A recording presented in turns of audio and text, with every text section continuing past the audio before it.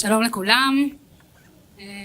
הזכירו לי לבקש לכבות פלאפונים, אז בבקשה לכבות פלאפונים. מתרגשת מאוד לפתוח את הערב הזה, אז ברוכים הבאים וברוכות הבאות לערב עיון בספר החדש של פרופסור יצחק גלנור, הבט אחורה בחיוך. כבוד ראש העיר תל אביב יפו, מר רון חולדאי, חברים, חברות, משפחה יקרה, קהל נכבד, קודם כל תודה רבה שבאתם. רצה הגורל ורצה גם הנשיא הנכנס דונלד טראמפ, ועוד פחות מ-24 שעות אמור להיכנס לתוקפו הסכם הפסקת האש ושחרור החטופים. הרגע המכונן הזה שכולנו אני חושבת גם חוששים אבל גם נרגשים מבואו צריך לסמן לנו אזרחי ישראל לא רק את תחילת הריפוי המיוחל כמו שנאמר פה לא מעט, אלא גם את חידוש המאבק הנחוש של צביונה של מדינת ישראל, ועל זה אני אומר אמן. אני אציג את עצמי, אני נטע גלנור, ביום אני מנהלת את פורום האקלים הישראלי של נשיא המדינה ודוקטור למדע המדינה, ובשאר הזמן אני נושאת בגאווה את הטייטל הבת של. אז אני שמחה לפתוח את הערב הזה. כבוד ראש העיר מר רון חולדאי, בבקשה כמה מילים אם תרצה, לא חייב. שלום לכולם. קודם כל תשאלו מאיפה אני מכיר לך את רון גלנור. זה מתחיל ממסע שעשיתי פעם בלאס וגאס, ניו מקסיקו. אתם יודעים איפה זה? זה היה מקום שביקרתי איתו עם אריק קרמון לפני הרבה שנים, עוד כשהייתי בצבא, בבית ספר מאוד מאוד מיוחד של ארמן המר, עם איזשהו חלום להקים איזשהו בית ספר מיוחד. ומשם התגלגלתי להרפתקה יחד עם אריק, שכלומר, לא, זה אני איתו ולא הוא איתי, הוא הוביל וזה. זה היה המכון הישראלי לדמוקרטיה. אפרופו, לפני רגע הזכרת את העניין של לאן אנחנו הולכים. אנחנו נורא ניסינו להשפיע על הדמוקרטיה, ולדאבוני לא הצלחנו מספיק. אז שם הכרתי את הנמען,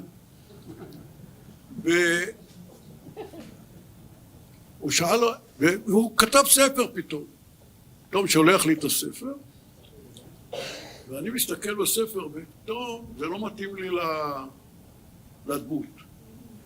אני אומר את הדברים פשוט מהלב. היכולת לספר סיפור זה פשוט מבחינתי כל פעם שהיה, והוא בונה את זה כמו סיפורים, כל דבר הוא סיפור. הוא עושה את הסיפורים כל כך מעניינים כסיפור ולא כאיזה ספר של אוטוביוגרפיה כמו שלי. הלכתי.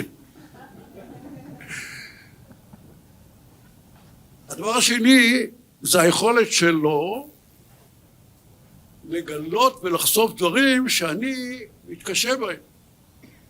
החל מאהבות ישנות במטבע, וגמור ביכולת לסכם בסיפור אחר עם אהבה ישנה וערוב ימיך. סיפורים מרתקים. הדבר השני שמבחינתי זה חשוב,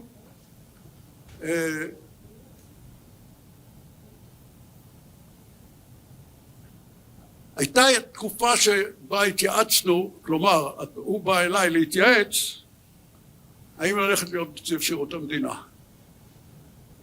שהעובדה שהדבר הזה קרה, חברים, מי שמבין מה קורה היום בנציבות שירות המדינה, מבין את התרומה האדירה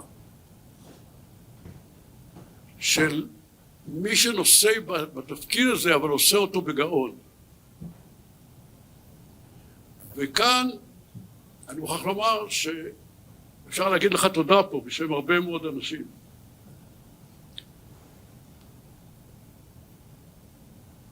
מה אגיד לכם? יש לנו ספר שמבחינתי נתן לי פרספקטיבה מאוד עמוקה על מי שהכרתי אותו מעט מאוד, והיום אני מרגיש שאני מכיר אותו הרבה יותר. אז באמת בשעה טובה, הישג גדול. אני יודע איזה עמל זה לכתוב ספר, כי גם אני עסקתי בזה, אבל מה שעשית זה עבודה מופלאה ותודה.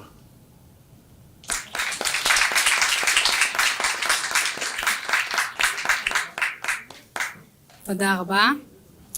אז אני באמת אספר שאצלנו במשפחה רגילים שפעם בכמה ימים, או בכמה שנים יותר נכון, יוצא לאבא ספר.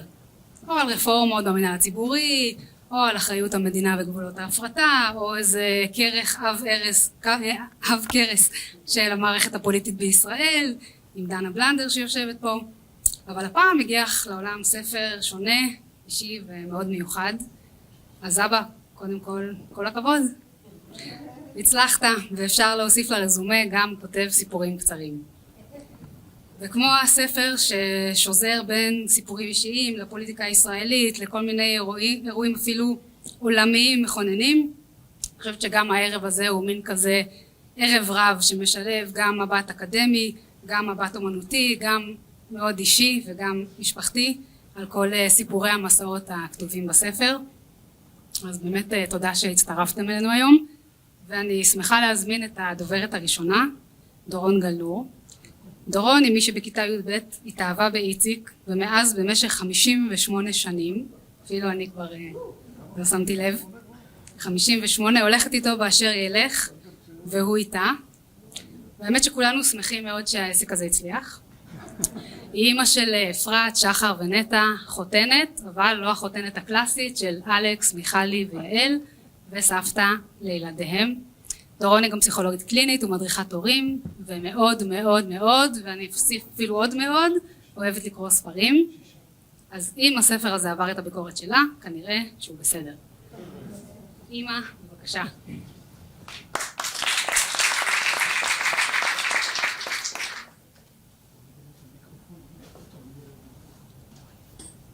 טוב, אני מאוד רגילה לשבת בחדר מאחורי הקלעים ולא לעמוד על הבמה, אז זה נורא מוזר לי. בחרתי להיות זאת שקוראת, שנותנת כאן כמה טעימות מתוך הספר.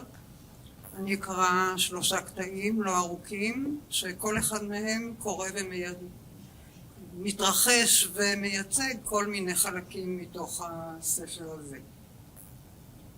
הקטע הראשון הוא מהתקופה של איציק בהדסים. בחרתי בו כי יש בו מעבר מאווירה, מהרהורים, ממשהו כזה מאוד מהרהר הייתי אומרת, ומשם יש מעבר לתוך תיאור אירועים, והמעברים האלה בעיניי כולל גם כמובן ההומור שמשתלב. החיבור הזה והמעבר הזה מאוד דיבר אליי. הדסים העניקה לי תחושה של מרחב. אני שואף הנאה עצומה מהריח הטרי העולה מהשדות, או משדה שלף של חיטה שנקצרה. תנו לי קצת ירוק, פרדס תפוזים, אדמת חמרה תחוכה, ואני לא צריך הרבה יותר. ריח הזבל של הפרות מתוק לנחיריי עד היום, וזוכה כמובן להקנתה עולצת מבני משפחתי. הוא מזכיר לי תחושה שאין דומה לה. אני בשדות המרעה הרטוב, השכם בבוקר, מעביר את צינורות ההשקיה. הדסים הייתה אז בית ספר חקלאי, והתלמידים עבדו 3 שעות ביום. עבדתי ברפת, וגד, שקראנו לו קאט, המנהל היקה, למעשה הולנדי, היה הראשון שזיהה בי נטיות אקדמיות. הוא אמר לי שאחרי הצבא הוא ידאג לשלוח אותי ללמוד באקדמיה לפרות בהולנד. למרות שלא נעשיתי רפתן מדופלם, אני חייב לפרות דבר אחד או 2. למדתי מהן אורך רוח. החליבה נעשתה בידיים. ואולי קצת הומור. להיחלב 3 פעמים ביום, ועוד לאכול קש בין לבין. ברפת שמעתי מוזיקה קלאסית שקאט היה משמיע ברמקול, להגברת החלב כמובן, אבל גם כדי שיוכל ללוות אותה בשריקה חרישית. הוא הזהיר אותי, אל תחפוף את הראש במים קרים, ינשרו לך השערות. נבואה שהתגשמה במלואה. הקטע השני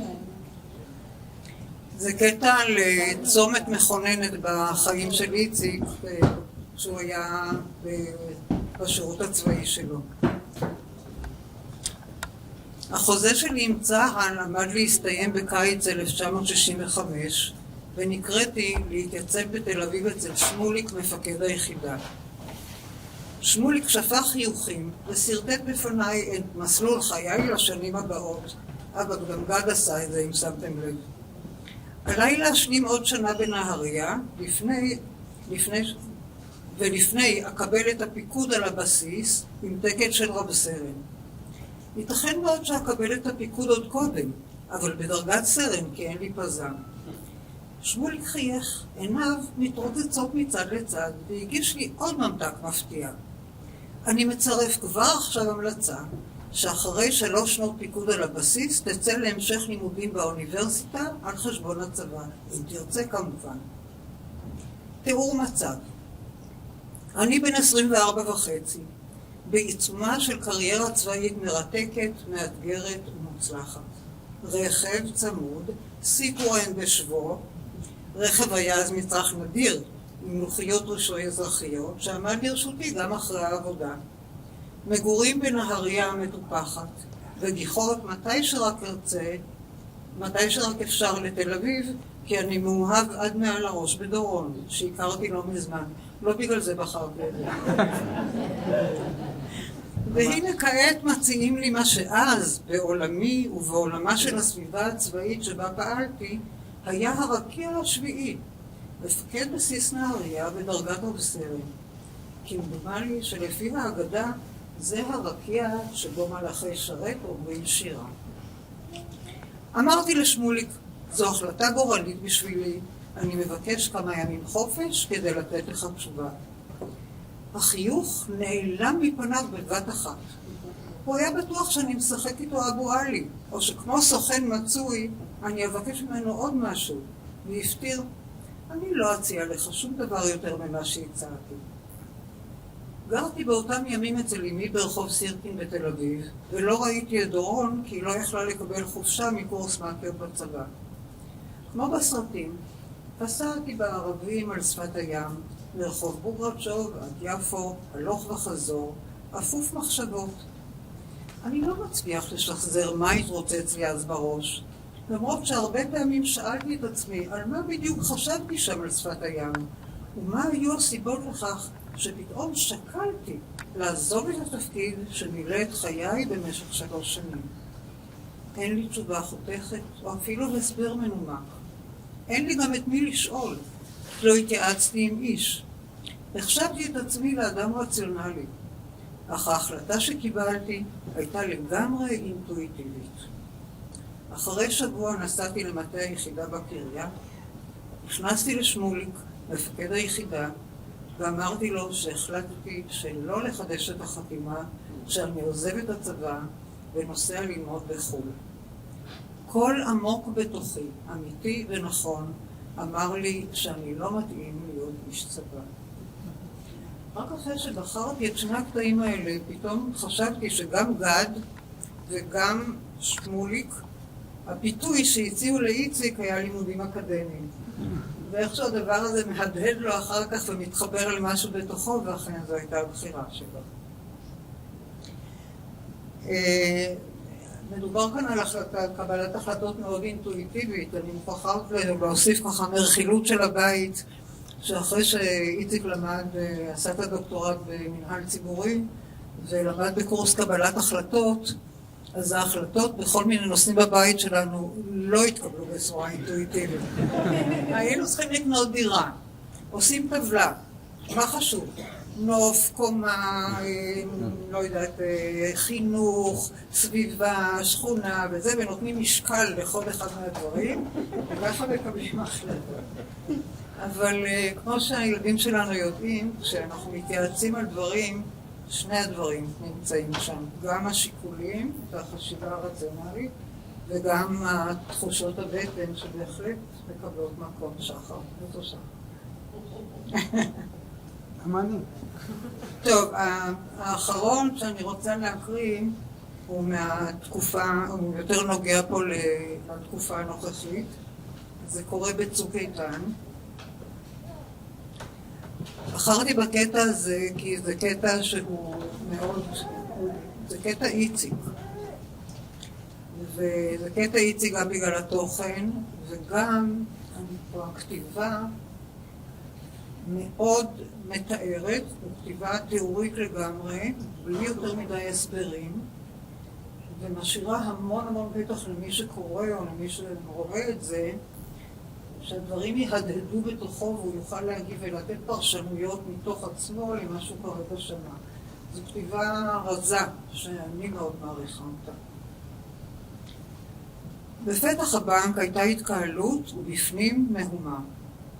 בפינה ישבה על הספסל אישה לבושת שחורים מכף רגל ועד ראש. על ברכיה ילד קטן, ולידה ישב גבר. מעליהם עמד איש צעיר וצעק בקולי קולות. מה את מקללת אותנו? מה את עושה פה? זה בנק של יהודים, לא של ערבים. תלכי לעזה, תעופי מפה. אנשים עמדו ושתקו. אחד הפקידים ניסה להרחיק את הצועק מהספסל ללא הצלחה. אדם הדרום אמריקאי שלי התחיל לעלות לי לראש ורציתי להרביץ לאיש הצועק. נעמדתי בינו לבין היושבים ואמרתי לו באיפוק רב שאני מבקש לדבר איתו בצד. הוא הסתכל עליי בחשדנות, הלך כמה צעדים לאחור, חזר והמשיך לצעוק. אני מבקש שקודם כל תפסיק לצעוק, היא בן אדם בדיוק כמוך. היא מקללת אותנו. מה היא קיללה? היא אומרת כל הזמן אללהו אכבר, ככה הם מקללים לפני שהם רוצחים, אני יודע. אתה לא יודע כלום, אתה מפחיד את הילד הקטן שלה. מה אתה מגן עליהם? הם מפוצצים אוטובוסים ויורים עלינו רקטות. בגללכם הם עושים את כל מה שהם רוצים. אתה רוצה עכשיו להתחיל איתי? אתה עוזר להם, כל הערבים הם האויבים שלנו, צריך לסלק אותם. התקרבתי אליו ואמרתי לו, האישה הזאת ירתה עלינו רקטות? לסלק אותם? תתבייש. כל הערבים אותו הדבר? זה מה שהגרמנים אמרו על היהודים. הבחור הסתכל מעבר לכתפו לראות אם מישהו נחלץ לעזור לו. היה שקט, אף אחד לא זז. נדמה היה שהבנק קפא, הפסיק לפעול. ואז הבחור הסתובב ונעמד בתור לאשנב. הזעם חזר לבעבע בתוכי ומיהרתי לכיוון היציאה. אחד הפקידים קפץ מאחורי השולחן שלו, עצר אותי, שם יד על כתפי ושאל, בשביל מה באת לבנק? רציתי להפקיד צ'ק בחשבון שלי. תן לי, אני אפקיד אותו בשבילך. נתתי לו את הצ'ק וניגשתי לשלושת הערבים שעדיין ישבו באותה פינה. האישה הנידה בראשה והודתה לי במבט. אני רוצה, התחלתי לו. מה הוא רוצה? אמר הגבר והרים את קולו. אתם בכלל יודעים מה זה אללה אכבר? זה כמו אצלכם שמע ישראל. אשתי מפחדת, מה אתם רוצים ממנה?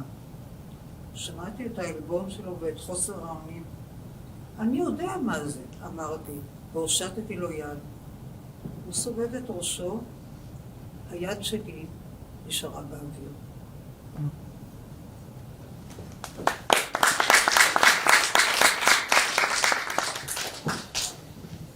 תודה רבה. אני מתכבדת להזמין את נילי כהן, פרופסור למשפטים באוניברסיטת תל אביב, לשעבר רקטורית האוניברסיטה, נשיאת האקדמיה הלאומית הישראלית למדעים וזוכת פרס ישראל בחקר המשפט. כתיבתה של פרופסור כהן עוסקת במגוון תחומים כגון דיני חוזים, משפט פרטי, משפט השוואתי, ובתחום הייחודי והמרתק הקושר בין משפט וספרות. בבקשה, פרופסור כהן.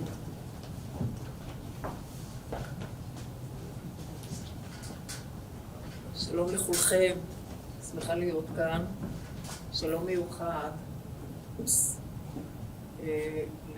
לאיציק, לדורון ולכל משפחת גלנור, וגם לראש העיר המעולה שלנו, שבזכותו יש לנו עיר כזו נפלאה.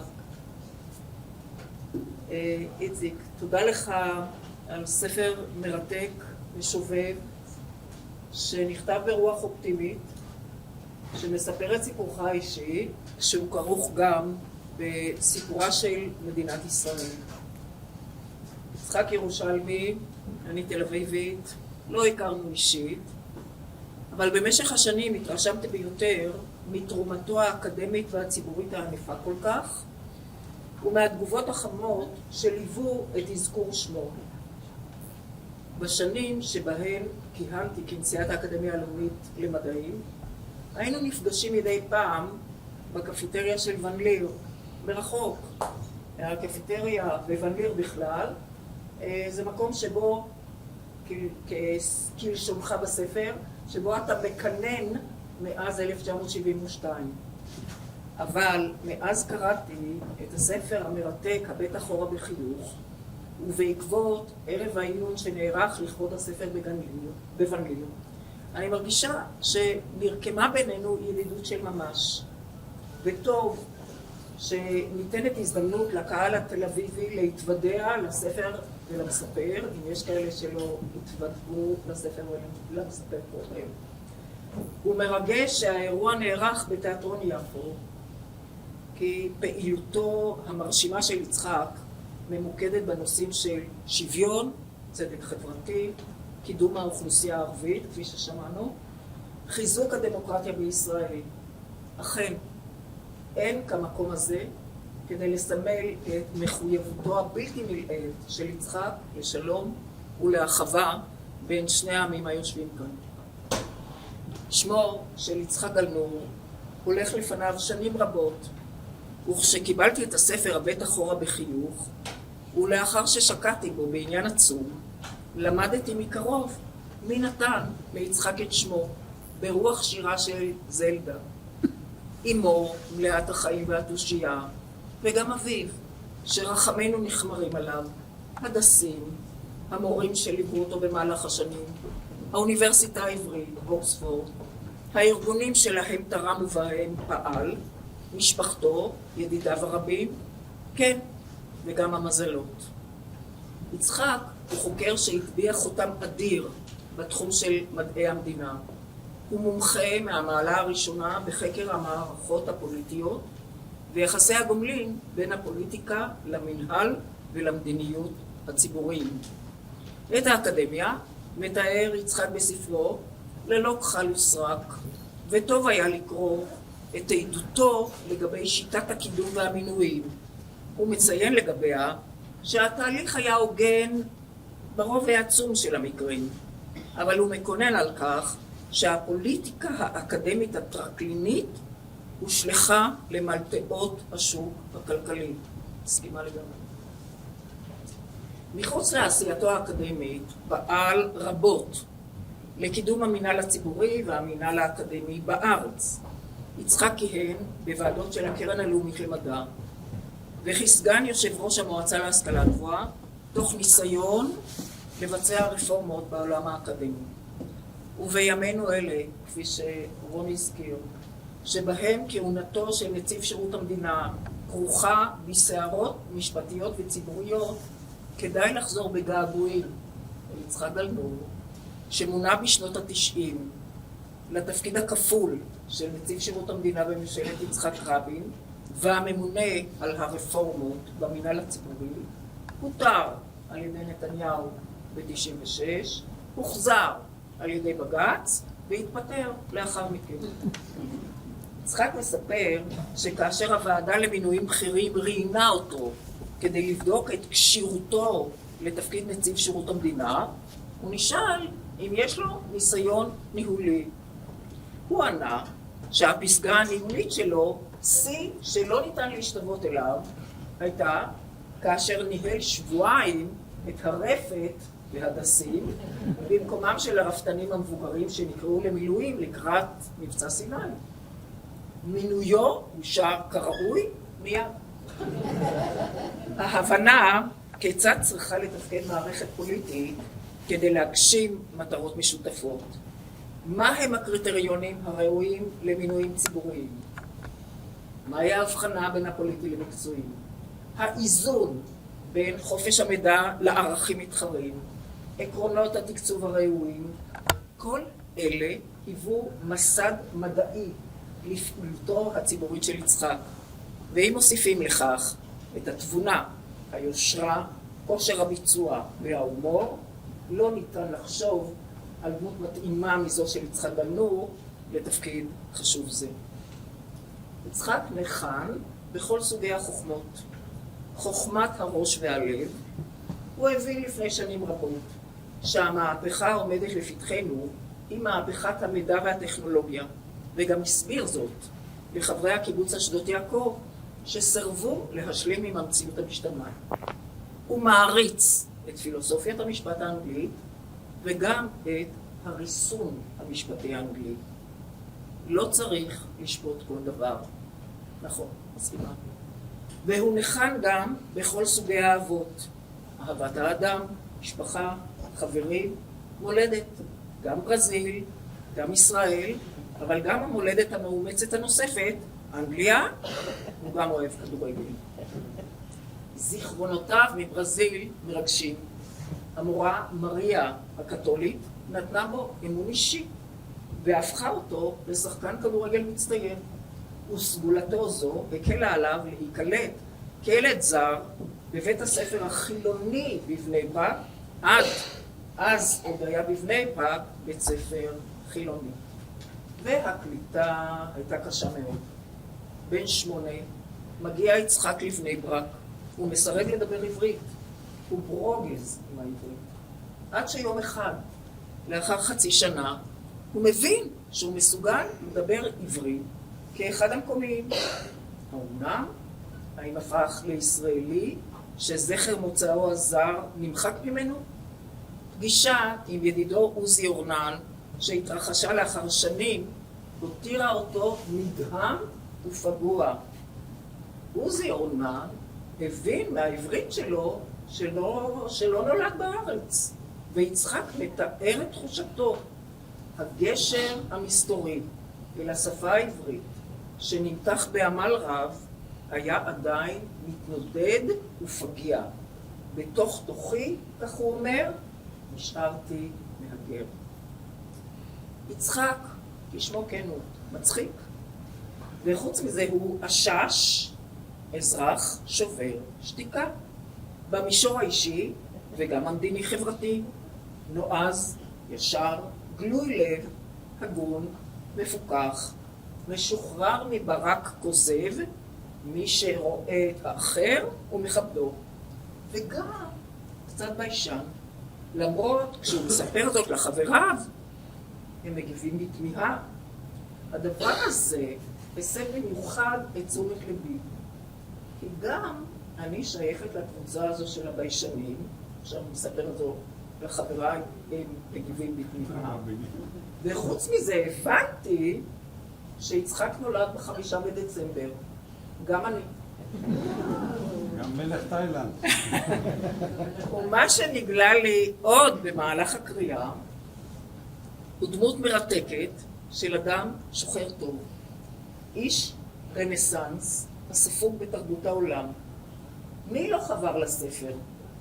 דון קישוט על כל גרסאותיו, וזכור ליצחק במיוחד ריח הדפים הישנים, פריחת האור של המהדורה הראשונה של דון קישוט, שהודפסה בספרד ב-1605, וקניין הספרים בספריית אוקספורד של ראשית המאה ה-17 החליט בכל זאת להזמין את הספר לאוקספורד, כי חשב שזה יהיה ספר מעורר עניין. ומי עוד חבר לספר של יצחק?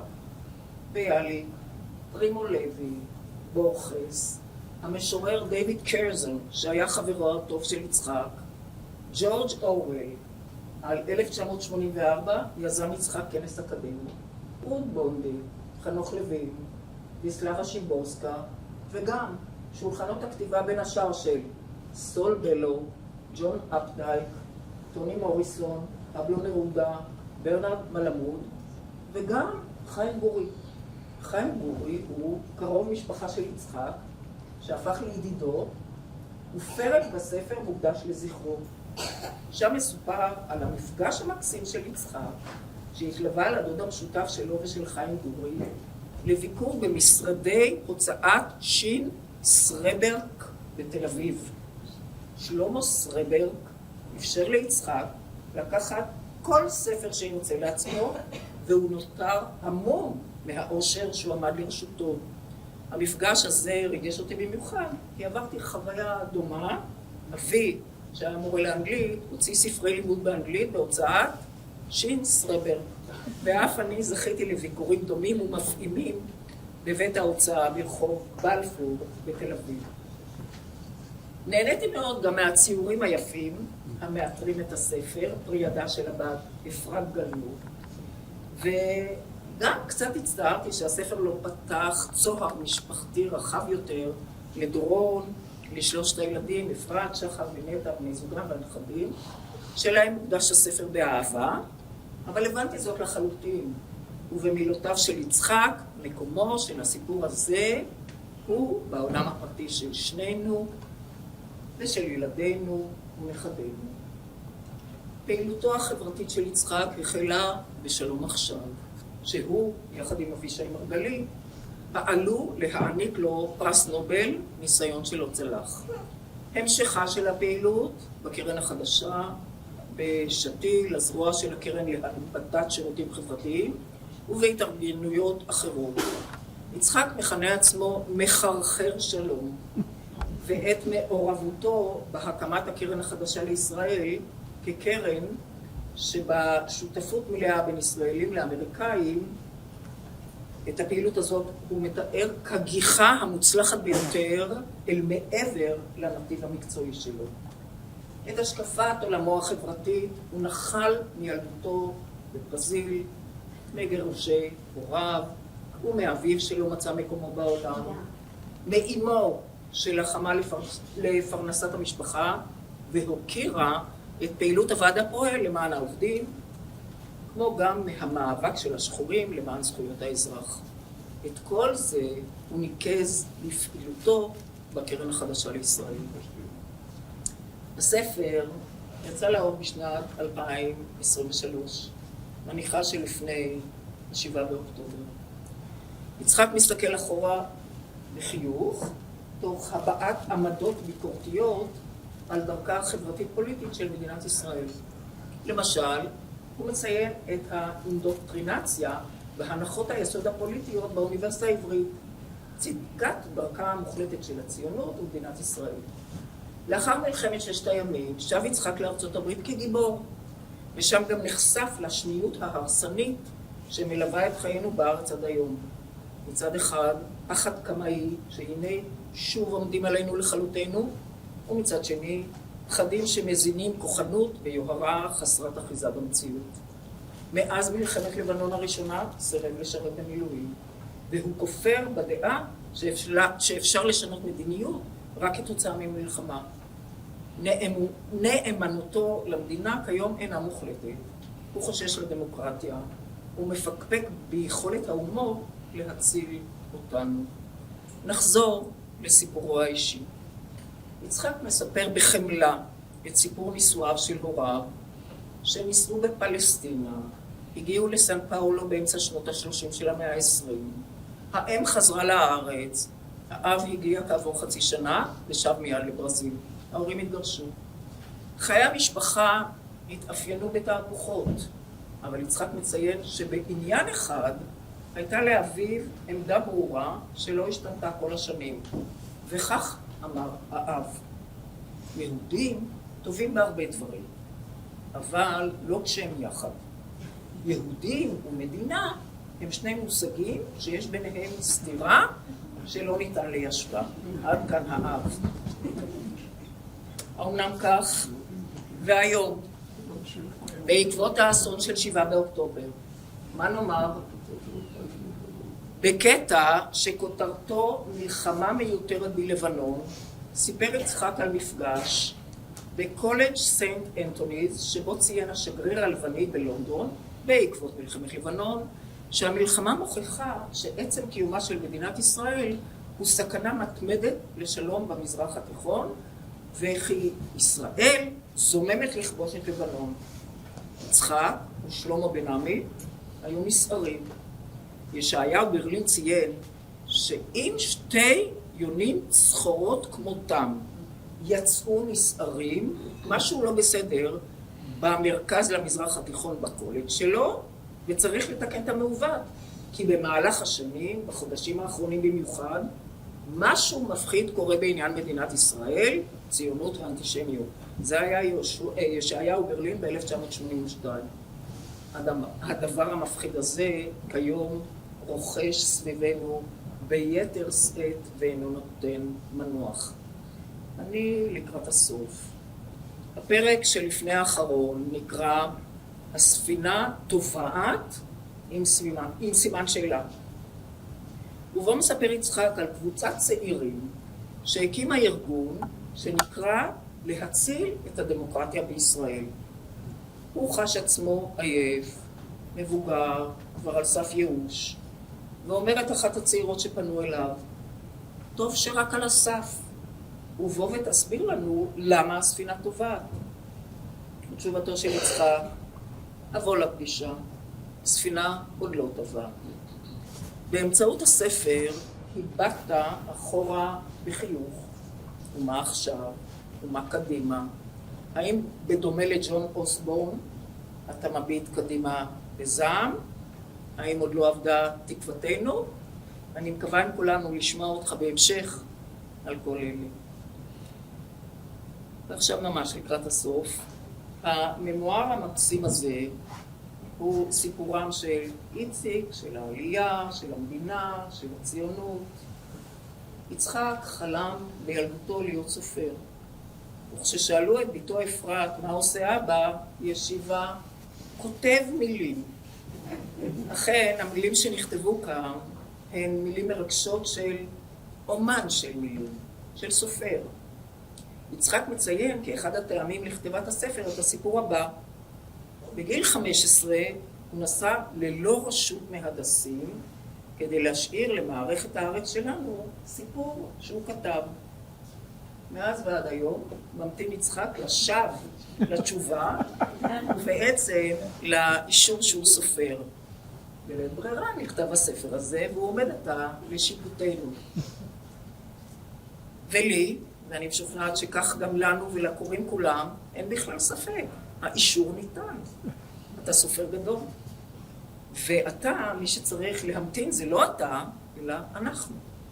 כי אנחנו ממתינים כולנו בכיליון עיניים לסיפורים ולספרים הבאים שלך. ולתקווה האישית הזו, הוסיף גם תקווה ואמונה כלליות. הנטועות במילים שאותן שאבתי משני אומני מילים אחרים. וכך אמרה צרויה שלו בטקס קבלת פרס עגנון, אני מצטטת, פרק אפל ומבעית בהיסטוריה של עמנו נכתב עכשיו לנגד עינינו. קל לאבד תקווה, אבל אין לנו זכות. חובה עלינו לעשות ככל שביכולתנו כדי לשנות את מהלך הדברים, לכתוב במעשינו ובגופנו את המשך העלילה. ואחתום באמונתו של אומן מילים אחר, שאול צ'רניחובסקי. האמינה גם בעתיד, אף אם ירחק זה היום, אך בוא יבוא. יישאו שלום אז וברכה לאום ולאום. נקווה שכולנו נוכל להביט גם קדימה בחיוך. תודה.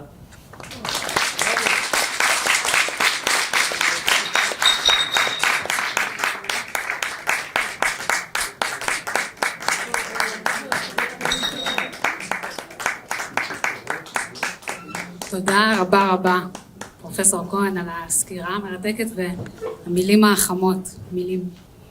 אז הדוברת הבאה היא אפרת גלנור, מי שאחראית על האיורים הרבים בספר, והאגדה מספרת שכאשר הוצע לה לאייר את הספר מיד אמרה לא. אפרת היא אמנית ומרצה בכירה, ראשת המחלקה לאומנות בפקולטה לאומנויות, המדרשה בבית ברל. עיקר עיסוקה הוא ביחס בין הנוף לתרבות בישראל ובאופן בו אנו חווים ומתבוננים במרחב, בטבע ובארכיטקטורה. היא הציגה ועדיין מציגה תערוכות יחיד ותערוכות קבוצתיות במוזיאונים ובגלריות רבות. זכתה במלגות ופרסים בהן קרן יוצרים עצמאיים, פרס עידוד היצירה, מפעל הפיס ועוד. אחותי הבכורה, בבקשה. שומעים? טוב, ערב טוב לכולם. אני אתחיל בזה שנתנו לי זמנים. אני בדרך כלל לא דוברת בכנסים אקדמיים, אז אני אמורה לדבר רבע שעה, אבל אני מתה לחרוג כי אני רוצה לראות את אחותי הצעירה מרימה שלטים ומתחילה להציק לי, אז תעזרו לי עם זה.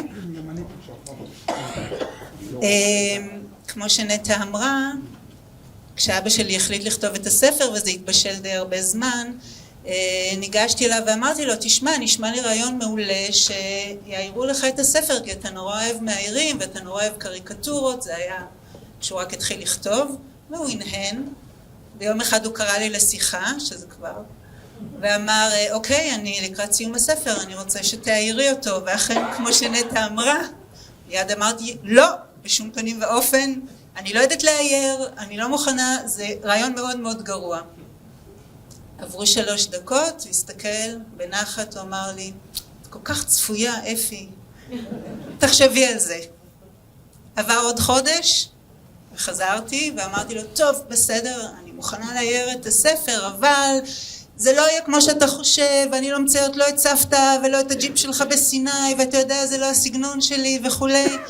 אני לא, אז הוא אמר, אין בעיה, כי התחלנו משא ומתן, כן?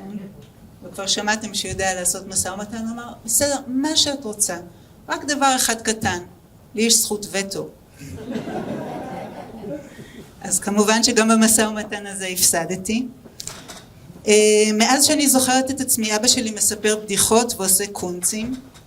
זה היה נראה לי שגרתי עד שבאתי לשיעור מבוא שלו באוניברסיטה, וגם שם הוא סיפר בדיחה. כמובן שלסטודנטים לא היה ברירה וכולם צחקו. ואז התגלה לי שהוא כותב חלק מהבדיחות, חלק הוא מאלתר וחלק הוא כותב כחלק מהטקסט בשיעור. הוא מכחיש עד היום, אבל זה מה שאני זוכרת, אנחנו ברגע משפחתי. אבל אני חושבת שמה שאני הבנתי זה שההומור, ונילי דיברה על זה, הוא אידיאולוגיה, הוא מאוד מאוד חשוב בהקשר של האני מאמין של אבא שלי, ולכן גם כשיירתי את הספר, בעצם תמונות בו כל מיני בדיחות משפחתיות קטנות, שהיום כבר נשתף את כולם בהם, ואני חושבת שזה כל מיני רמזים קטנים על דברים שהם נמצאים שם וקשורים באמת לדברים שהוא אוהב וכולי. אז נתחיל. דיברנו די הרבה על הפרות ועל ריח הפרות, אז באמת האיור שפותח את החלק על הדסים נפתח באיור הזה, שהוא בעצם איזושהי מחווה לאומנות מצרית. הדמות משמאל היא דמות מתוך איזשהו ציור מצרי. אבא שלי מאוד אוהב את האומנות המצרית, ובאמת הוא קשור לאהבה שלו בין השאר לריח של הפרות או לריח של מה שקורה ברפת. אבל מה שעוד מופיע כאן מבחינתי בתוך הפריים הקטן הזה, זה שהנער הזה הוא די לבד עם הפרות, ואין אמא ואין אבא וגם אין את שאר החברים. ואומנם אני גולשת עכשיו לצד השני של המשפחה של הפסיכולוגית, אבל לי זה היה חשוב הרגע האישי והקטן הזה בינו לבין הפרות שברפת. בתוך הספר מתחבאים די הרבה משחקים, כדורגל וכדורסל ושחמט וששבש ועוד כל מיני משחקים אחרים. הם מילאו תפקיד חשוב ומשמעותי בביוגרפיה של אבא שלי, שכבר נאמר, אני חושבת שהיה מורה לספורט באיזשהו רגע בחייו, והיה ספורטאי בעצמו. הוא לימד אותנו, שלושתנו, וגם הרבה מהחברים והחברות שלי, לבעוט, לקלוע על הסל, לשחות, לקפוץ ראש, לשחק טניס. במבט לאחור אני חושבת שהייתה לו אג'נדה פמיניסטית, אותי הוא לימד את כל תחומי הספורט האלה, או אולי סתם רצון שפשוט יהיה לו עם מי לשחק. במקרה שלי הניסיונות האלה הסתיימו די מהר, אחרי שבעטתי לו בעיטה כנראה מאוד רצינית ברגל בטעות במקום בכדור, תוך כדי משחק סתם גם במסדרון בקומה שישית. אבל חוקי המשחק הדמוקרטי תמיד היו חלק מהמשפחה, איך יוצרים גבול, אזור מפורז ביני לבין שחר בספסל האחורי תוך כדי נסיעה לאילת, מועצה משפחתית שאפשר לבנות בה אופוזיציות וקואליציות, כל אלה היו חלק משיחות השולחן השגרתיות בארוחות הערב, ולכן בתוך האיורים יש נוכחות של כל מיני משחקים, למי שמכיר. מצד ימין יש את כביכול חדר העבודה של אבא שלי, אבל למי שמסתכל קצת יותר מקרוב השטיח הוא גם קצת חור או בור או איזשהו מקום שהשולחן יכול ליפול לתוכו, והדפים המתעופפים לא בדיוק כתוב עליהם שום דבר. אז היו כאן כל מיני רמזים לשיחות שלנו על איך מתחילים לכתוב ואיך נתקעים בתור אנשים שיוצרים ואיך יוצאים מתוך הדבר הזה. ואחד מהאיורים החביבים עליי הם באמת של המפלצת, כפי שאנחנו קוראים לה, בקריית יובל בירושלים. כל ילד בקריית יובל ידע שהמגלשה הכי שמאלית במפלצת היא הכי מפחידה. שחר תתקן אותי אם לא, ושבאמצעית בסוף יש איזו התרוממות קטנה שמעיפה אותך באוויר, ויש ריח של פיפי בחלל מתחת ללשונות שלה. לכולנו הייתה היכרות אינטימית עם המפלצת, זאת הרבה לפני שהכרתי את העבודות של ניקי דה סנפל, והרבה לפני שלמדתי שזאת בעצם יצירת אומנות של פסלת עם שם עולמי. המפלצת הייתה חלק מההוואי השכונתי והמשפחתי שלנו, עד היום גם אצל הנכדים, לא בדקתי איתם את מצב הריח, ולכן היה לי ברור שהיא תפתח את הפרק על ירושלים. אבל רק אז עצרתי לחשוב על העובדה שהמפלצת היא גם בעצם איזשהו סוג של פורעת סדרי עולם, סדרי שכונה, סדרי עיר, מה שמסביר אולי יותר מכל למה אבא שלי מאוד מאוד אוהב אותה. אז מה עוד יש בספר? יש את ג'ון באז, מהתקליט כמובן, ובפרק על האוניברסיטה את החמור שישעיהו ליבוביץ' טען שגם הוא יצא עם תואר מהאוניברסיטה, אבל המבוך מאחור מזכיר שאבא שלי שמנווט טוב מאוד טען שהמבנה של האוניברסיטה בהר הצופים הוא כל כך גרוע ומסובך שלמרות כל השנים של ההוראה הוא מוצא את הדרך רק לחדר ההרצאות, לחדר שלו ולקפיטריה בלבד. יש פה גם הומאז' ליוסל ברגנר וטווידל די וטווידל דם מאליזה בארץ הפלאות שהם חלק מפסל על אחד הקולג'ים באוקספורד שהיינו מטיילים שם, וכמובן דון קישוט. אבל את הרגע הזה אני רגע אעצור את השטף של הדימויים ואני רוצה לספר לכם מה קרה כשניסיתי לגרום לאבא שלי לצייר. ב-2022 תכננתי עבודת קיר שסיכמה פרויקט מאוד ארוך שעשיתי שנקרא דרך לעין חרוד, מסע עכשווי. הוא הסתיים בתערוכה פה בתל אביב ב-BY5, ולקראת העבודה שהייתה שם על הקיר הייתי זקוקה לדיאגרמה של כל האירועים המשמעותיים שקרו במהלך 4 שנים שאני עשיתי את העבודה ושהובילו את ישראל להתפוררות מוסדות המדינה והדמוקרטיה, ממש כפי שעמוס קינן צפה בספרו הדרך לעין חרוד. במקרה או לא במקרה היה לי קשר לאחד המומחים העולמיים בתחום, וכשביקשתי מאבא שלי הוא לא כל כך הבין מה אני מבקשת. אמרתי לו תמפה לי את כל 4 שנים האחרונות מה היו האירועים שאתה יכול לסמן שהם ההתחלה של הסוף, זה אני לא הוא. ואפילו הראיתי לו דוגמאות, יש כאן דיאגרמה של אמן אמריקאי שקוראים לו מרק לומברדי שעוסק בכל מיני קונספירציות וכאלה, וזה מה שאבא שלי עשה. אז יש פה תרשים זרימה על הכיבוש ועל פוליטיקה ועל קוביד ועל האקלים ועל אלימות ועל קפיטליזם חזירי ועוד כל מיני הסברים. זה עוד יותר סיבך אותו, הוא טען שזה לא תרשים זרימה מה שאני מבקשת, שהקריטריונים לא מספיק ברורים, הוא השתמש בכל מיני מילים שאני לא מכירה כמו מסד נתונים, סתם אני מגזימה קצת. בקיצור הוא לא הבין, זה מה שהוא עשה, זה הציור. אבל אחרי הציור שלו התחלנו לעבוד ביחד, לכן גם כשאמרתי לו לא על הספר זה כבר היה באמת לא אמיתי, כי הוא כבר קודם שיתף איתי פעולה. והתחלנו לעבוד על כל מיני דיאגרמות ואני שאלתי כל מיני שאלות וניסינו לחבר את הדברים ולראות איך זה עובד ולאט לאט לחבר את זה עם מה שאני התכוונתי אליו. ואני אראה לכם רגע מה היה בסופו של דבר בגלריה. יש כאן חלק מהציורים שלי. על הקיר היה ציור קיר מאוד מאוד גדול של פירות פיקוס, אבל מקרוב כשהתקרבת בחלק התחתון לא רואים, כי בכל זאת אולי אפשר בכל זאת לכבות קצת את האור העליון. יופי.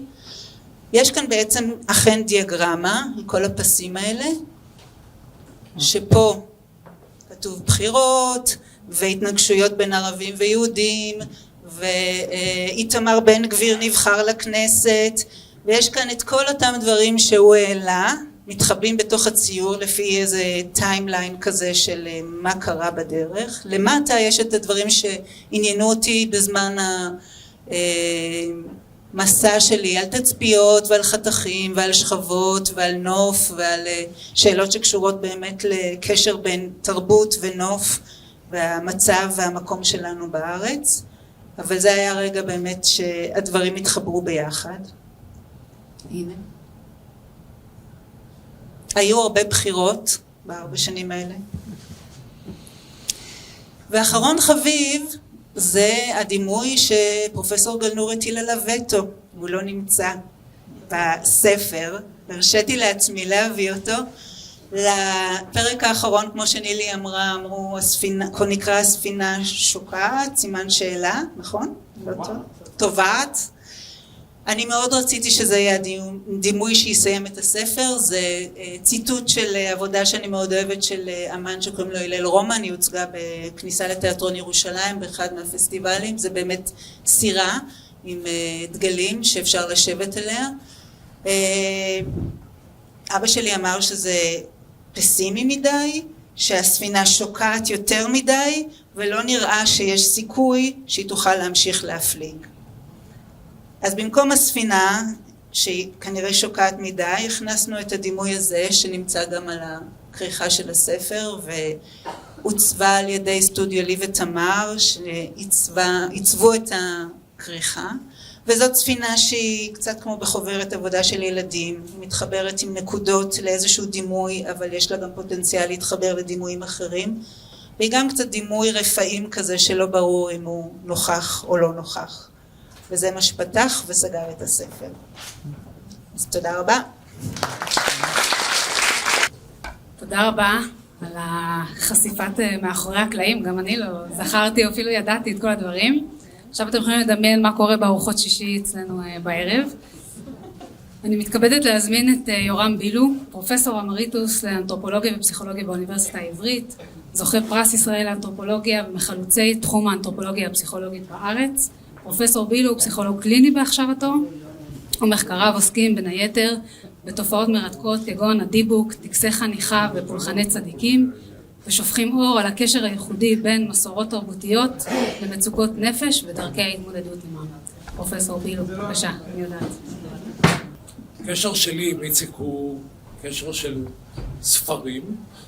תמי רעייתי ואני חברים במועדון ספרים שדורון ואיציק גם נמצאים שם, בו, שמנוהל על ידי חגית ועוזי בנזימן, ביד רמה וברוח טובה. הם גם נמצאים פה בקהל, אבל יש לנו עוד קשרים אישיים מסתבר נוספים. דוקטור דנה בלנדר שיושבת פה, את העוזרת הוראה שלי והפכה להיות שותפה שלך בספר, והרב ידידיה פרנקל שהסיע אתכם ב-1966, נכון? חיתן אותנו, רב השכונות של תל אביב, 2 מאוחר יותר. אני אתחיל מהכותרת של הספר, אבל אני רק אומר שלא טוב לדבר אחרי נילי כהן, גם כי היא מדברת כל כך יפה, וגם משום שהיא אמרה דברים שגם אני רשמתי ואנסה להסתדר עם זה איכשהו. ראשית לגבי הכותרת של הספר, הבט אחורה בחיוך, וזה עומד כנגד הבט אחורה בזעם, המחזה הקלאסי של ג'ון אוסבורן הבריטי. בניגוד לזעם של ג'ימי, גיבור המחזה, איציק כותב, איבדתי על עצמי ועל העולם בעין טובה.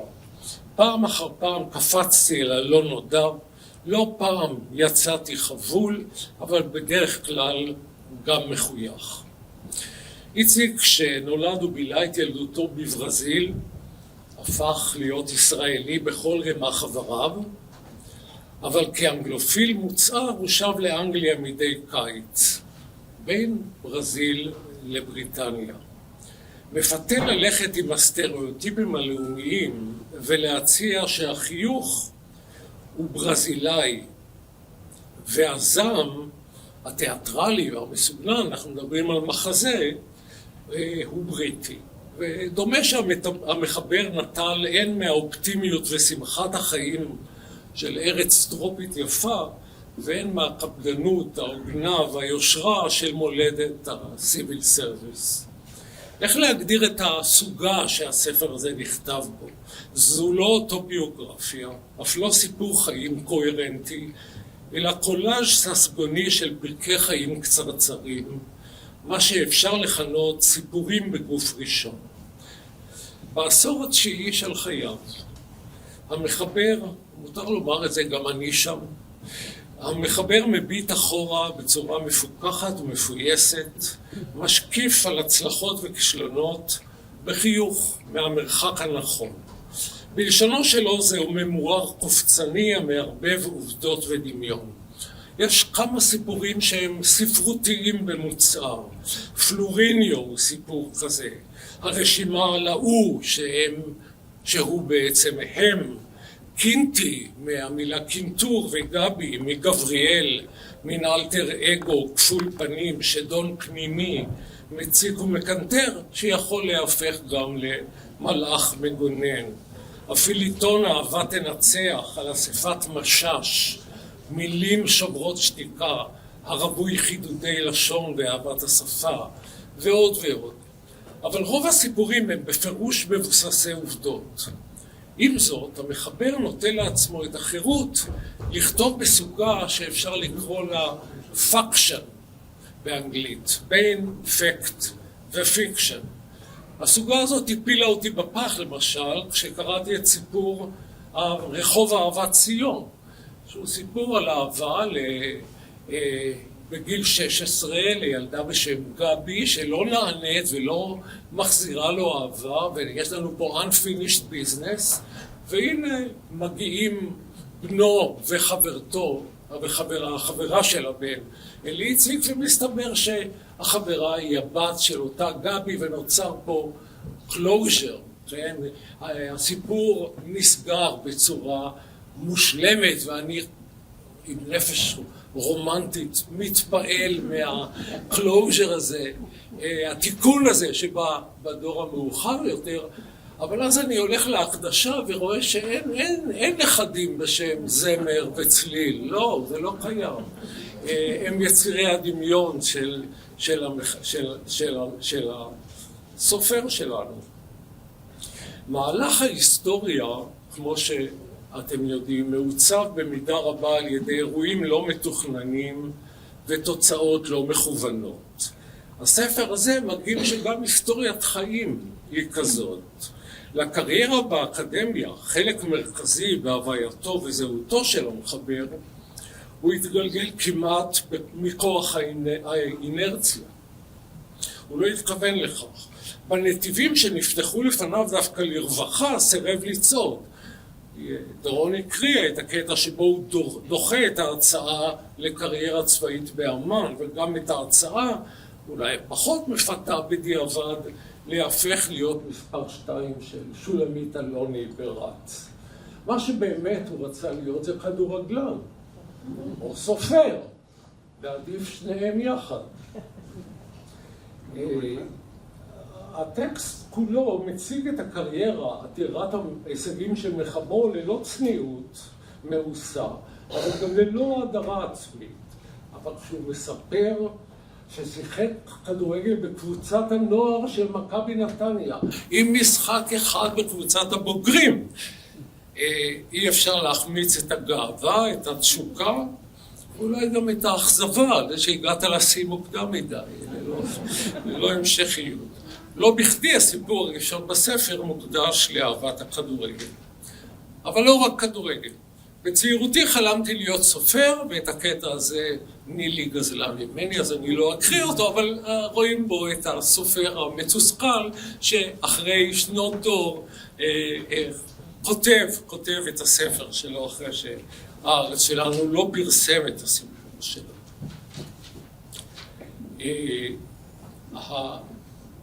את חלומו להיות סופר במשרה מלאה איציק לא מימש, אבל הוא אזרח נלהב של רפובליקת הספרות. כתיבתו, כפי שנאמר כבר, היא אלגנטית, שנונה ואירונית, שפתו עשירה, חופשית וקולחת, והיא מרובדת במשקעים ספרותיים. מאין נחלתי את השקפת עולמי החברתי? הוא שואל ומהדהד את מאין נחלתי את שירי של ביאליק בשירתי. מעט ורעים היו שני ימי חייו, הוא כותב על אביו, 2 שנים, והוא בעצם כותב זאת בהשראה דברי יעקב לפרעה, השראה שחוזרת גם אל הפתיחה המפורסמת של תהילה של עגנון. כותרת הספר כאמור פרפרזה על מחזה איקוני, מחזיר אהבות ישנות, אחד הפרקים שעוסק באיציק הרומנטי, מתכתב עם מחזיר אהבות קודמות של יהושע כנז.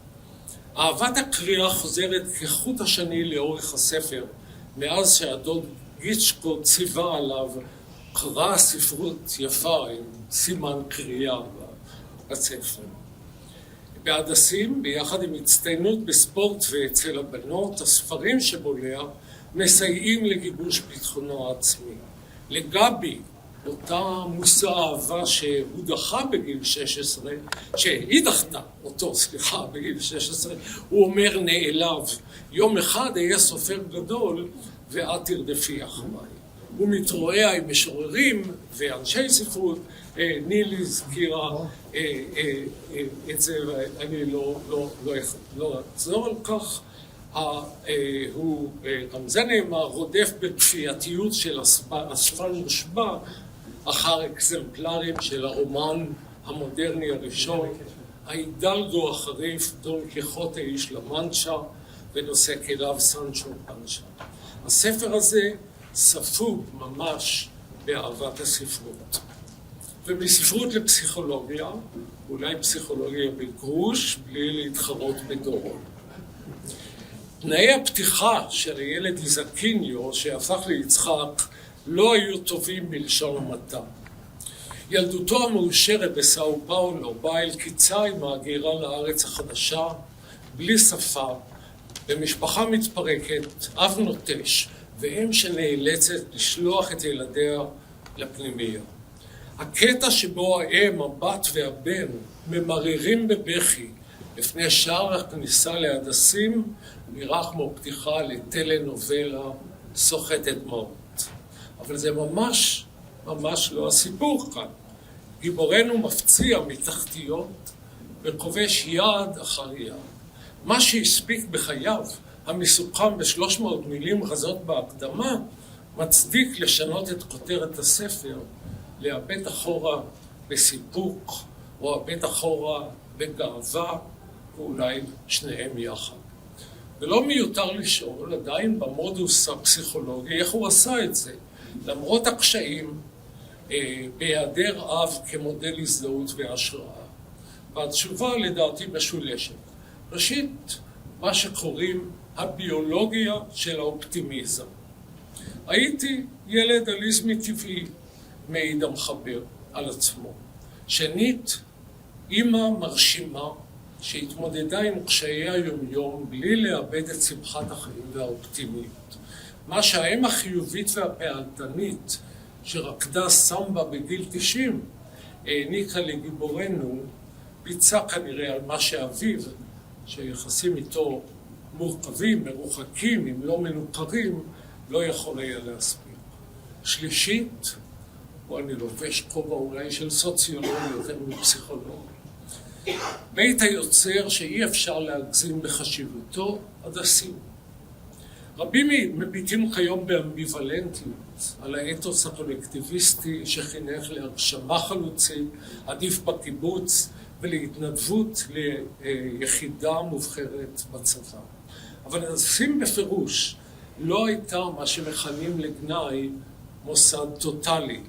היא אפשרה לאיציק לפתח את האינדיבידואליות שלו, להרחיב את אופקיו התרבותיים ואת תחושת המסוגלות שלו, ובד בבד לפתח מיומנויות חברתיות, ללמוד לכבד את האחר ולחוש אמפתיה אליו.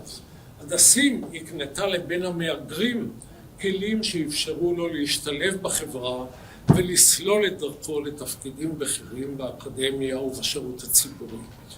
ואי אפשר להגזים בקשרי הרעות שנוצרו בהדסים ומתמידים עד היום, מאוגדים בחברת עזרא ונחמה, פרפרזה על עזרא ונחמיה כמובן. ואי אפשר להגזים גם בהשפעה המעצבת של מורים ומדריכים שהיו עבור איציק מודלים להזדהות ואולי גם קצת תחליפי הורים. השנים בהדסים היו שנים שמחות, הוא מציין.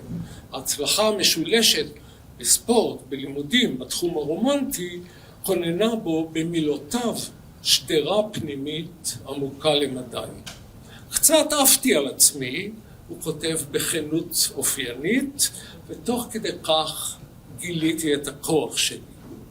פרקי הדסים נקראים כרומן חניכה קלאסי, אודות פיתוח אופי, בגרות והבנה לגבי העולם הסובב. ואת היכולת לעשות חברים שצמחה שם הוא לוקח לכל מקום בארץ ובעולם, ורשימת החברים, נילי הזכירה חלק מהם, היא ממש אינסופית. הדסים גם תרמה להשקפת העולם החברתית-הומניסטית, שמצניה נקנו כבר בגן הילדים ובית הספר המגוונים אתנית ומעמדית בסאו פאולו. איציק רואה את עצמו כבית קוף, בוגר קיבוץ, גם בלי לחיות בקיבוץ, משום, אני מצטט, שעבר מעין זיקוק פנימי שחייב אותו לראות את האחר ולכבדו. להומניזם ולהכרת האחר יש דוגמאות רבות בספר, אך מקוצר הזמן אסתפק בקטע שהוא מפעים בעיניי, לא פחות וגם כתוב נהדר. זה המפגש עם מצחצח הנעליים באיסטנבול, שאיציק מסייע לו לאסוף את תכולת התיבה שלו המתפזרת על הרצפה. נוצר כאן רגע של חסד, אמפתי ודיאלוגי. אני מצטט, הרמתי את הראש ופקחתי את העיניים ואיבדנו אחד על השני, וזה בניגוד לעוברי האורח שמסבים את מבטם שם לא רחוק מכיכר טקסים נדמה. המבט כאן, אני ממשיך בציטוט. אני זוכר רגע של שמחה, של רצון טוב, שחוזר אליי כעת כאשר אני כותב את הדברים. המבט כאן ישיר ודו צדדי. חיבור בזעיר אנפין של, אם תרצו, בובר ולוינס. כשהמצחצח פונה לדרכו אחרי שסירב לקבל תשלום, איציק לא מניח לו. רצתי אחריו והלכתי לצידו במעלה, בסמטה, בדרך חזרה למלון. סולידריות אנושית פשוטה, אין צורך במילים. ואני, אם תרשו לי, יש לי עוד 3 דקות, נאמר. יש. אוקיי. השתיקה שלכם מאיימת. יש. אוקיי, יש. אז אני ארשה לעצמי איזו דיגרסיה קטנה, איזו סטייה קטנה. בדיוק כשכתבתי את הדברים האלה, אני קורא ספר של סופר ספרדי בשם חוויאר סרקס, חיילי סלאמיס. מישהו פה בקהל קרא אותו? זה הספר הכי טוב בעיניי שנכתב על מלחמת האזרחים בספרד, ואם ישראל כרמל היה פה, היה קורן מנחת, כי הוא המוציא לאור גם של הספר הזה וגם של הספר שלך. וגם של הספר האחרון שלי, דרך אגב. הוא היה אמור להגיע, אני מבין, הוא לא הגיע. סרקס מספר על מנהיג של הפלנגות, הצד שלא אהבנו כל כך בצעירותנו, הצד הפשיסטי, בשם מסס, דמות היסטורית, שעמד להיות מוצא להורג על ידי הרפובליקאים. בסוף המלחמה הרפובליקאים כבר פה נסוגים לכיוון הגבול הצרפתי, לוקחים איתם כמה מהמנהיגים של הלאומנים שהם שבו אותם ועומדים להוציא אותם להורג. המסס מצליח להימלט, בורח ליער, רודפים אחריו, וברגע מסוים הוא שומע רחש בין השיחים, הוא מסתובב ורואה חייל רפובליקאי, איש מיליציה, מכוון אליו את הרובה. והם מסתכלים אחד לשני בעיניים, ממש אותה סצנה של מבט דו צדדי, וצועקים לחייל, האם הוא שם, אתה רואה מישהו? ותוך כדי שהוא מסתכל לו לתוך העיניים הוא אומר, אין כאן אף אחד. והוא הולך אחורה בחייו של מסס ניצלים. זה בעיניי ספר נפלא, והקטע הזה הוא הקטע היפה בספר, וזה תעודת כבוד לסופר שצומח פה, אני חושב, ביכולת הזאת לתאר רגעים אנושיים מן הסוג הזה. אני מתקרב לסיום. אפשר לכנות את איציק ביטחוניסט יוצא בשאלה. הטקסט מספר מבט מפוכח, רטרוספקטיבי ואינטרוספקטיבי, על הביטחוניזם שהיה חלק מההוויה שלו. סיפור החיים של איציק מלמד כמה שקוף ומובן מאליו, ולכן כל כך עוצמתי, הוא המיליטריזם הקוגניטיבי כאתוס מכונן עבור גברים ישראלים. גם היום. וכמה קשה, ממושכת ומכאיבה היא הגמילה ממנו. למהגר כמוני, צה"ל היה כרטיס הכניסה לחברה הישראלית, הוא כותב. הוא היה בדרך להיות ערביסט, נגוע בצבאנות, והתרגום העברי למיליטריזם אני מבין,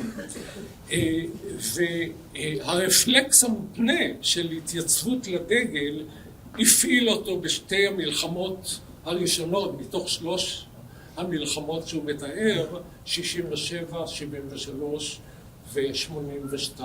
האתוס, הוא אומר, היה חזק ממני. אחר כך באה התפכחות ההדרגתית, עד כדי סרבנות אפורה. לבנון היא נקודת המפנה. במלחמה הזאת, הוא כותב, החלטתי לתת גט כריתות לשטיפת המוח הביטחוניסטית. הספר גם מלמד מה שרובנו יודעים, שאיציק הוא פרופסור בעל שם בתחומו, אבל ממש כזה שלא נותר במגדל השם. הוא אינטלקטואל ציבורי, אקטיביסט ומעורב. מעניין לסיום לבחון את 3 הגיחות שלו אל העיקריות, כלומר, אל מחוץ לנתיב האקדמי, ולשאול אם המסקנות שגזר מהן עדיין תופסות. את הניסיון שלו, שנילי הזכירה, לחולל רפורמה בשירות המדינה, כשהיה נציב שירות המדינה, הוא רואה ככישלון. הוא לא מרחיב על כך, אבל כל כישלון בקנה מידה של סוף המאה הקודמת מחוויר מבעלה או מאדים מבושה או שניהם ביחד לנוכח מה שקורה היום בשירות הציבורי. ההצלחה החלקית של שלום עכשיו, נתיב הפעולה השני שהוזכר גם כן, כישלון מצד אחד במאמצים לסיים את הכיבוש, הצלחה במניעת הסיפוח, גם היא לא פתוחה היום, לנוכח החמדנות המאיימת להתנחל עוד ועוד בגדה, בעזה, בלבנון, למה לא בסוריה. וגם הקרן החדשה לישראל, סיפור ההצלחה המרשים מבין השלושה, נלחמת היום, נלחמת מאסף נוכח מתקפה ואיומים ממשיים. הקרן מתאימה לי, הוא כותב, כי היא מייצגת גישה אופטימית לגבי עתידה של החברה הדמוקרטית בישראל. האומנם? ולבסוף, החיוך בכותרת הספר נוגע גם להומור כל כך שופע בטקסט הזה. לא במקרה שני החלקים האחרונים עוסקים בהומור, הומור ספרותי, המשיכה שהוזכרה לסרוונטס, והומור פוליטי. הצחקתם אותנו, הספר על בדיחות פוליטיות שאיציק כתב עם שותף אנגלי.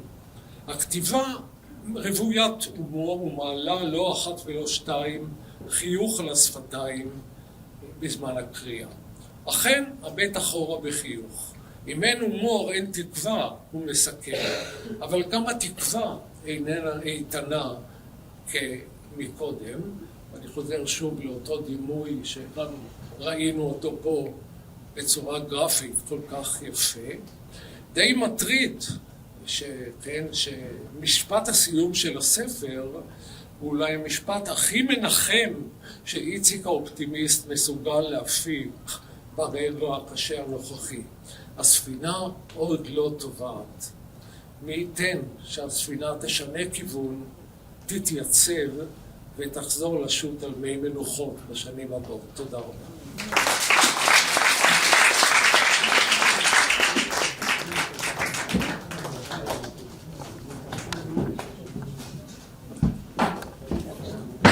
תודה רבה פרופסור יורם בילו, על נקודת המבט המעניינת וגם על הסיום האופטימי הזה. אז בנימה זו הדובר האחרון, פרופסור יצחק גלנור, מי שלימד אותי לאהוב מילים, להשחיז טיעונים מורכבים ולהאמין שלתיאוריות יש באמת השפעה גם על העולם, גם על אנשים, ושאסור אף פעם להשתמש במילה כאילו. כי זה כאילו או באמת, זה המשפט שלי. אז אבא, את הרזומה שלך כולנו מכירים, ואם לא אז יש ויקיפדיה, אז בבקשה.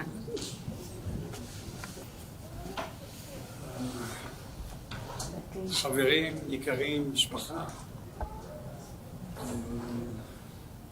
תלמידים לשעבר, יש עוד דבר, נטע, שאני לא מרשה לנכדים לומר זה, אומייגאד. אבל עכשיו זה מתבקש, אלוהים אדירים, כמו שאני אומר. אבל תרשו לי בכל זאת להתחיל עם הרגע הזה שאנחנו נמצאים בו. מין רגע כזה שבין לבין, ועם התקווה שממחר החטופים יתחילו לחזור.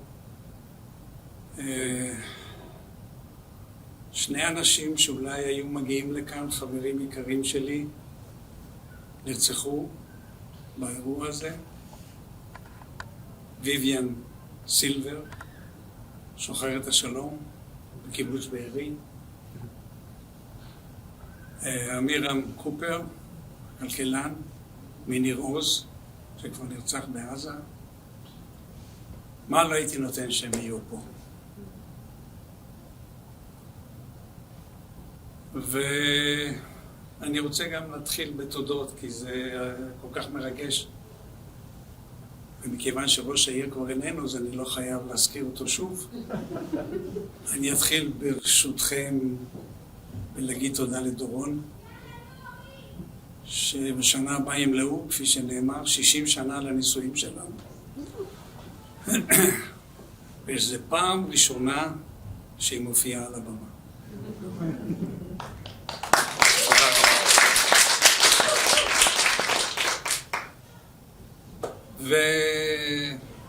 ולמשפחה אפרת, ששמעתם אותה, ואלכס, בן זוג שלה, ושחר, הבן שלי שמסתתר מאחורי המצלמה, ומיכל אשתו, ונטע, המונחה שלנו, ובת הזוג שלה יעל, והנכדים שנמצאים פה, שהופכים את האירוע באמת למין כזה, הבט עליהם בחיוך. תכף נחזור לעניין של אחורה וקדימה. ויש לי גם הזדמנות לומר תודה לאותן יחסי ציבור שארגנו את הערב הזה, ליעל, לנוגה, לדנה וליאנה, להוצאת כרמל, ישראל כרמל לא יכול היה להגיע, אבל עשו עבודה מצוינת. סבלו את כל איך נקרא לזה? נפתולים שהמאיירת הציבה בפניהם. והספר לדעתי מה שתגידו עליו, אני חושב שהצורה החיצונית שלו נפלאה. ואני רוצה להגיד גם תודה לתיאטרון יפו, שהריח אותי בשמחה, שזה באמת, לדעתי, המקום הכי מתאים לו. ויש כאן בני משפחה שלא ראיתי הרבה זמן, ואני שמח שהם כאן. לא כולם מהצד הפוליטי שלי, אבל אני זוכר שפעם שאלתי את מוטי, בן הדוד שלי, אז כששקלתי אולי ללכת לפוליטיקה, אם הם היו מצביעים בשבילי. הוא אמר לי, בוודאי, מה הבעיה? למרות שהם באים ממשפחה של אצ"ל והורים שלהם חירותניקים, אבל חירותניקים אמיתיים. הוא אמר, כן, ודאי נצביע, משפחה זה משפחה, אבל תדבר עם הדוד שמואל, המפאיניק שהתקזז איתנו. זוכר לו את זה עד היום. אז תודה לשושי ואחרים שהגיעו לכאן, בהחלט, ותודה גם לתלמידים שלי שטרחו להגיע, וזה מחמם את הלב לראות אתכם כאן. אני לא כל כך יודע מה מתוך הדברים שנאמרו זקוקים לאיזשהו פירוש. איך אומרים, כתבתי את הכל בספר, אבל אולי כמה דברים שהוזכרו כאן. העניין הזה של האופטימיזם תמיד הרגיז אנשים. וזה נכון, שלפסימיסטים יש יתרון מובהק. אחד משני הדברים קורה. או שמה שהם אומרים שיהיה רע קורה, ומה אמרנו לכם, וישנה אפשרות אחרת שקורה משהו טוב, ואז בי זוכר שהם אמרו שזה יהיה רע. משהו טוב, זה תמיד. כן, הבט אחורה בחיוך, הסתבר לי שהחיוך יכול להיות מכל מיני צורות. בעברית יש חיוך מרוסה, יש חיוך מובלע, יש חיוך של המונליזה, רב משמעות, כן? יש גם חיוך מריר, שיכול להיות, שקצת ישתרבב, כפי שגם נילי וגם יורם שמו לב לחלק האחרון, בין השורות, כן? קצת מרירות. כשכתבתי את הספר, הסתכלתי באמת אחורה, וכפי שכתבתי, אני חושב שבסך הכל, הסתכלתי על הדברים, על העולם, וגם על עצמי, וגם על המשפחה, בעין טובה. זה נעשה קשה, בפירוש, כן? זה נעשה קשה, מכיוון שיש בכל זאת תחושה, שמי השקיע את זמנו במדינה הזאת, מי שאוהב אותה כמוני, ואני בטוח שאתם שותפים, יש תחושה מאוד עמוקה שהמפעל בסכנה. המפעל הוא בסכנה מכיוון שאנו באנו לכאן, לא רק כדי להקים מדינה לדעתי, אלא גם כדי לבנות ולהיבנות, כדי ליצור משהו שהוא אחר ממדינות אחרות. תמיד אומרים לי, הנה, מדינות אחרות היו נוהגות כמונו וכן הלאה, זה לא מעניין אותי. אנחנו עם למוד ניסיון, וזה שהניסיון הזה, כמו שאומרים לי הרבה מידידיי הערבים, לא משנה לחלוטין את התפיסה שלכם, את הגישה שלכם, כלפי מה טוב ומה רע, זה דבר מפתיע, זה אירוניה של ההיסטוריה. ולכן, ואני אחזור לזה רק במילת סיום, כדי להשאיר אתכם במתח לגבי האופטימיזם שלי, מה שקורה עכשיו. ולכן, פרק על המיליטריזם, על הצבאנות הזאת, הוא בהחלט פרק שחשוב היה לי לכתוב אותו. אני השתתפתי ב3 מלחמות, חזרתי פעמיים מחוץ לארץ כדי להשתתף במלחמה, והתהליך הזה של ההתפכחות, איך קראת לזה? גמילה, זה יותר טוב מזה. ממש גמילה מהתפיסה שאפשר לפתור דברים בכוח. מה זה צבאנות? מה זה מיליטריזם? עצם המחשבה שאתה יכול לפתור את הדברים בכוח. כוח צבאי. אם יש דבר שבאמת היינו צריכים כבר ללמוד, זה לא עובד. איך אמר לי חבר ערבי שלי, אתם, היהודים, מבינים רק כוח. מה אתה אומר? אנחנו אומרים עליכם, אתם מבינים רק כוח. ואז הוא אומר לי דבר חכם, אם יש דבר שאתם לא מבינים ואנחנו לא מבינים, זה כוח. וזה כל כך נכון. כל פעם שאנחנו מפעילים כוח, זה ההתחלה של המלחמה הבאה. גם מה שקורה עכשיו. אם מישהו יצליח להסביר לי למה אנחנו צריכים לשבת עכשיו בחרמון הסורי, אפשר היה להזהיר שלא ייכנסו לשם, זה החלק מהעניין. כן, אני יודע, יש לזה יתרונות צבאיים. גם בתעלת סואץ היו יתרונות צבאיים. חלק ממה שאנחנו צריכים להיגמל, ואני עברתי תהליך מאוד ארוך, ולכן אני מרשה לעצמי לומר, זה בעצם המחשבה שבסדר, אנחנו צריכים להגן על עצמנו. שכונה קשה, הכל ידוע, הערבים ידוע, אבל זה שאנחנו עוד לא הבנו את זה, זה לדעתי אחד מהדברים שמופיעים בספר. ובקפיצה לשאלה של ההומור שמופיע שם. יש שם חלק שנקרא בשפחו של ההומור השחור. ושם אני מזכיר, חלק גדול מכם ודאי זוכרים, שהייתה תקופה בשנות ה-60, שבה איך התבטחו? האחרון שיעזוב את הארץ, בבקשה לכבות את האור, שלט בשדה התעופה בלוד. ואני אומר, רגע, מי כתב את הבדיחה הזאת? מי המציא אותה? לא אלה שעזבו, אלה שנשארו. זאת דרך מסוימת להתמודד. כלומר, הומור שחור שאנחנו יודעים היום, שהיה אפילו במחנות הריכוז, היה הומור שחור. וזה עזר להם. דוגמה? או שזה קשה? קצין נאצי, לא עניתם, אז אני... קצין נאצי שואל יהודי שבמחנה ריכוז, הוא אומר, אם תזהה איזה מהעיניים שלי היא עין מזכוכית, אני לא שולח אותך למוות. היהודי לא מעשה שנייה אחת ואומר לו, העין הימנית שלך עין מזכוכית. אומר לו, קצין, איך אתה יודע? אז היהודי אומר לו, בעין הזאת יש זיק אנושי. זה הומור שחור, אבל הומור שאפשר. אין עכשיו הומור שחור במדינה.